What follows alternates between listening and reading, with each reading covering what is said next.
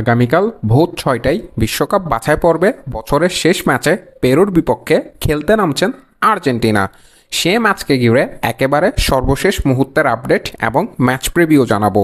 ম্যাচটি শুরু হবে বাংলাদেশ সময় আগামীকাল ভোর ৬টায় আর্জেন্টিনার লা বনবোনেরা স্টেডিয়ামে। ম্যাচটি সরাসরি কোনো চ্যানেল দেখাবে না, আপনারা অনলাইনে লাইভ লিঙ্ক থেকে ম্যাচটি দেখতে পারবেন। যদি আর্জেন্টিনাকে নিয়ে কথা বলি, সর্বশেষ 5 ম্যাচে আর্জেন্টিনা 2টি ম্যাচে জয় পেয়েছে, 2টি ম্যাচে হেরেছে এবং 1টি ম্যাচ ড্র করেছে।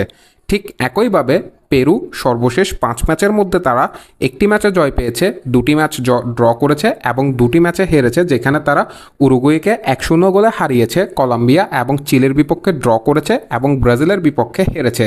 অর্থাৎ পেরু কিন্তু জায়ান্ট কিলার দল হিসেবে বর্তমানে পরিচিত। যদিও কোপা আমেরিকায় আর্জেন্টিনা পেরুকে হারিয়েছিল এবং খুব দারুণভাবে খেলেই 2-0 ব্যবধানে হারিয়েছিল সর্বশেষ দেখায়।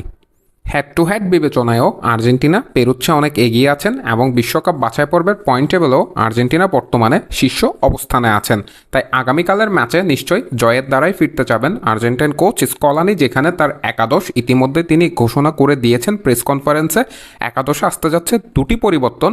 শেষ পর্যন্ত তাগলিফিয়াকো শেষ দিনে দারুণ ট্রেনিং করেছেন, তাই তিনি থাকছেন একাদশে গোলকিপার হিসেবে থাকবেন অ্যামি মার্টিনেস এবং রাইট ব্যাকে যেহেতু মলিনা ঝরে গিয়েছেন, তার বদলে দলে আসছেন গঞ্জালো মন্টিয়াল। সেই সাথে ক্রিশ্চিয়ান রোমেরো ঝরে গিয়েছেন একাদশ থেকে ইনজুরির কারণে, অর্থাৎ নিকোলাস ওটামেন্ডির সাথে সেন্টার ব্যাকে থাকবেন লিওনার্দো বালেরদির কাছে এটি দারুণ একটি সুযোগ নিজের ক্যালিবার প্রমাণ করার জাতীয় দলে।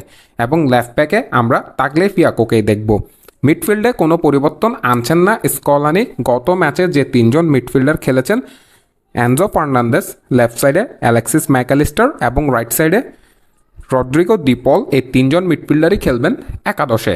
সেই সাথে অ্যাটাকিংয়ে মেসির সাথে দেখা যাবে লাউটারো মার্টিনেস এবং হুলিয়ান আলভারেজকে। সেখানেও কোনো পরিবর্তন স্কলানি আনছেন না, তবে ম্যাচের অবস্থা বুঝে দলের সাথে নতুন অ্যাড হওয়া জুলিয়ানো সিমিওনিকে মাঠে নিয়ে আসতে পারেন স্কলানি, এবং জুলিয়ানো সিমিওনি তার স্কোয়াডে সবচেয়ে বড় অ্যাসেট হতে যাচ্ছে, সেটি আজকে প্রেস কনফারেন্সে বলেছেন আর্জেন্টাইন কোচ।